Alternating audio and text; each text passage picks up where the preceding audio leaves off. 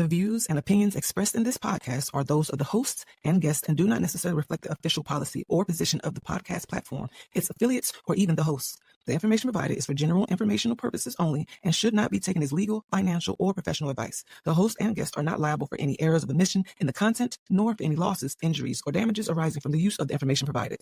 Listeners are encouraged to seek professional advice relevant to their specific circumstances.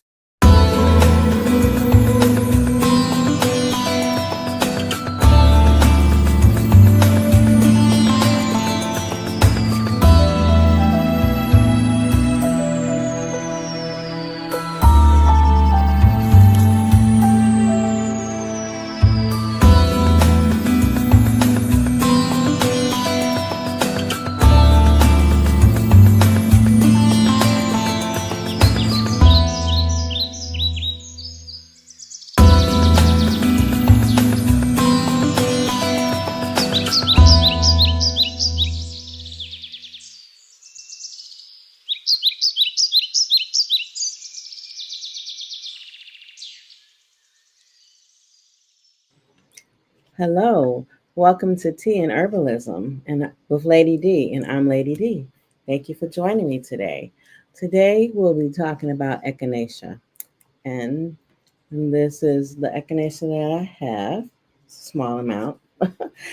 So it's also known as the hedgehog coneflower and the purple coneflower. So right here I have the leaves and the petals, but it had this orange center, and it was super hard, like a hedgehog. That's probably why they call it hedgehog coneflower also. So the botanical name, there are several versions of Echinacea, but the three that are mostly used in herbal medicine are the Echinacea angustifolia, Echinacea purpurea, and Echinacea pallida. So it is in the Asteraceae, which is the Aster and daisy family.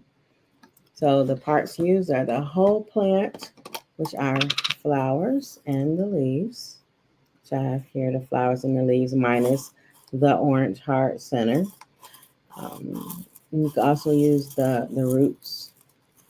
So I think the version that they usually use the roots from is the Echinacea and angustifolia. But you can use whichever parts of whichever version of those three that you would like to use. So I also wanted to say that this Echinacea was sourced from a friend of mine's garden. He grows Echinacea along with other herbs and flowers. I have one here with the cone I wanted to show you. I'm just pulling the petals off.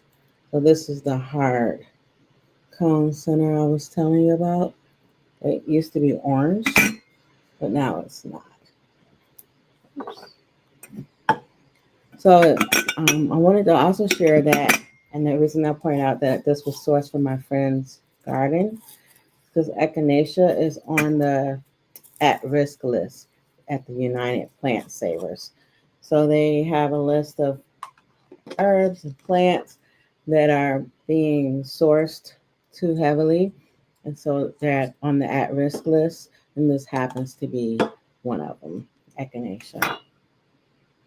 So if you want to take a look at that list, go to United Plant Savers, and there's a whole list out there of endangered, oversourced herbs that they recommend that you grow yourself.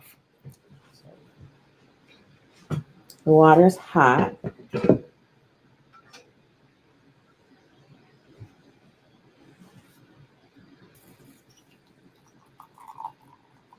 We'll do about 8 to 12 ounces of water. And I didn't measure the herb today. I just did about half of what I had. And that's a 4-ounce container. So maybe about 1 to 2 ounces. Look at that. How beautiful that is. How the petals expanded. And the leaves, you can see that beautiful purple color. So I'll bring you back to it when we're closer to it being ready. We're going to let that steep. Okay.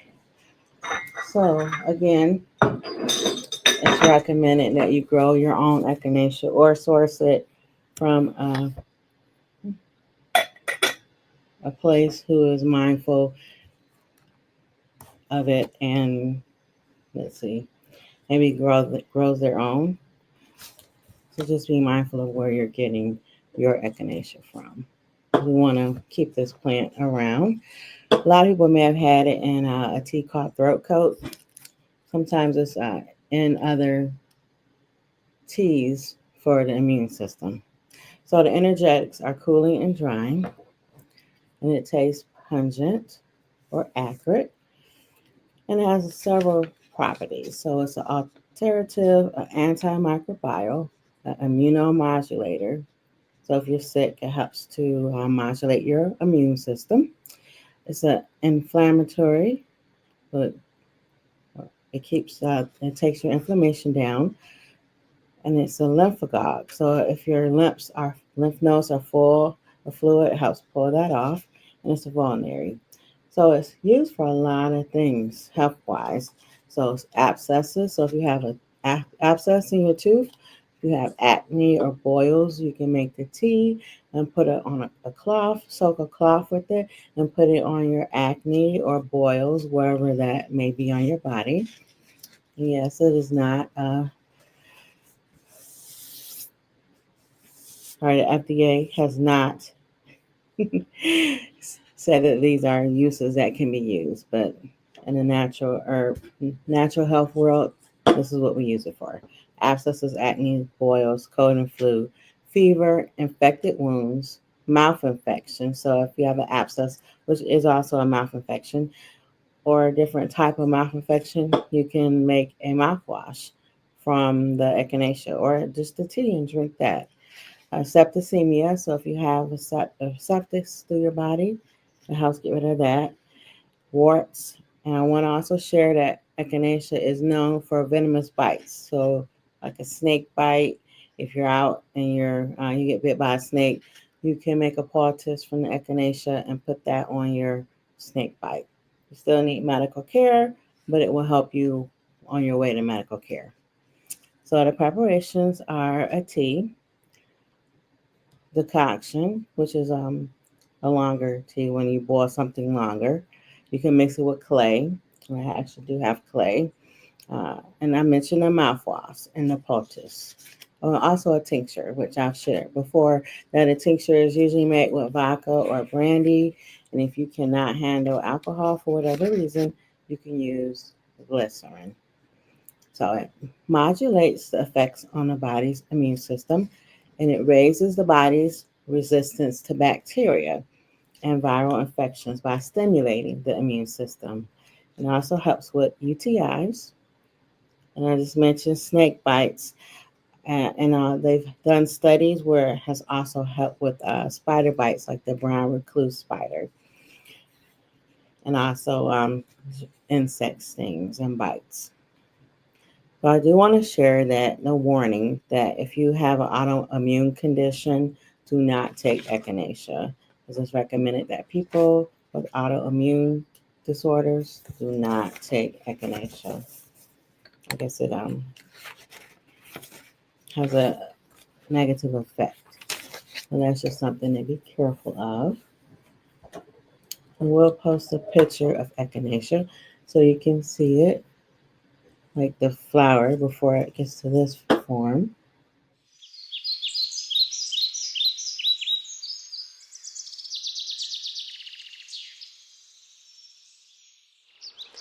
Lunar Love by Denise, where everything is handmade in small batches.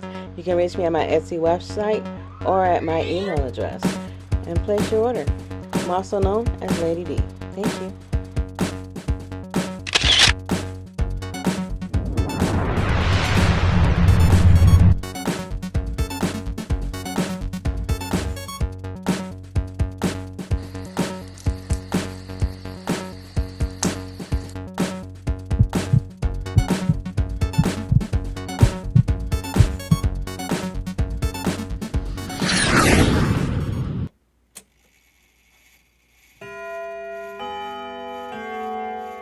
Let's check on the tea. And you know, we're gonna do like we did before and pour it from the glass teapot into this other one. Okay, so isn't this cute? It is a pumpkin. And that makes you think of Cinderella. It's a black pumpkin. Or even fall, but it's June. I'm going to show you the teacup too. Let me show the other camera. Since there's a little witch in all of us. Isn't that cute? And there's the sun and the moon on the other side, a few other symbols. And here's the saucer. This is what the tea looks like now. It's like a yellow color. I'm going to go ahead.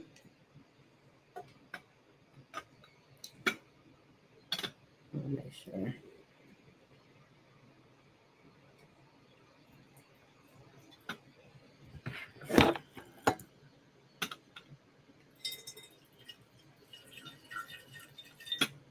Gotta get that ASMR in there.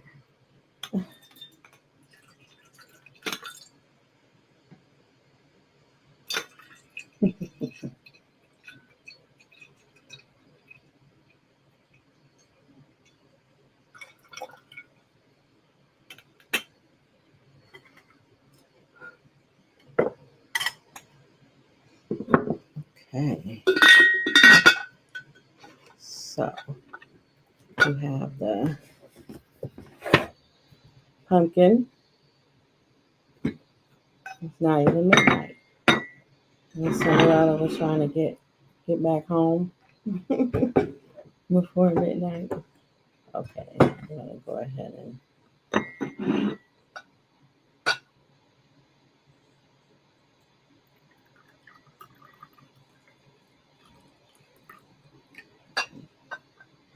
it's so beautiful.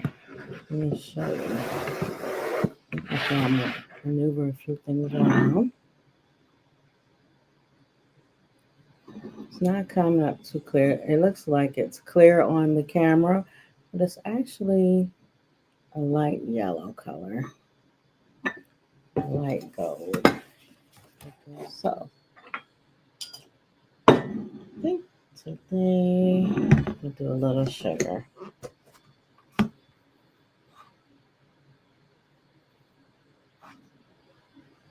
You can have echinacea any time of year to keep your immune system healthy and well.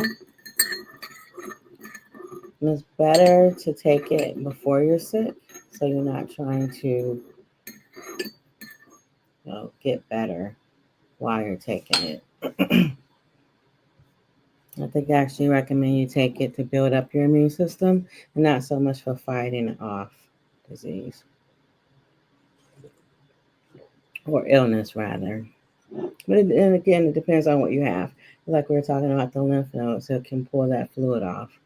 If you have a cold or flu, probably start to take it before you're sick.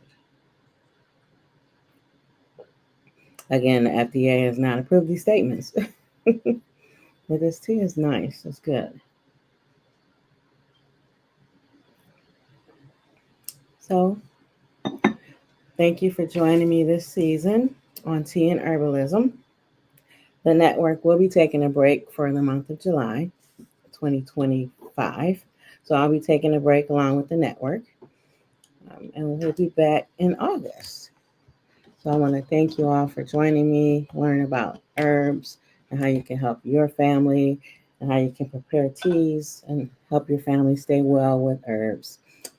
If you want to donate to the network, the United Front Network, you can donate to Our Gains II on PayPal. If you want to donate to the host, myself, you could cash at me at $Naturalista D. And if you have any comments or questions or suggestions, you can put it in the comments down below, or you can comment down below, or you can definitely DM me on Instagram. It's Lady D4440, Or you can email me at lunarlovebydenise@gmail.com. Thank you.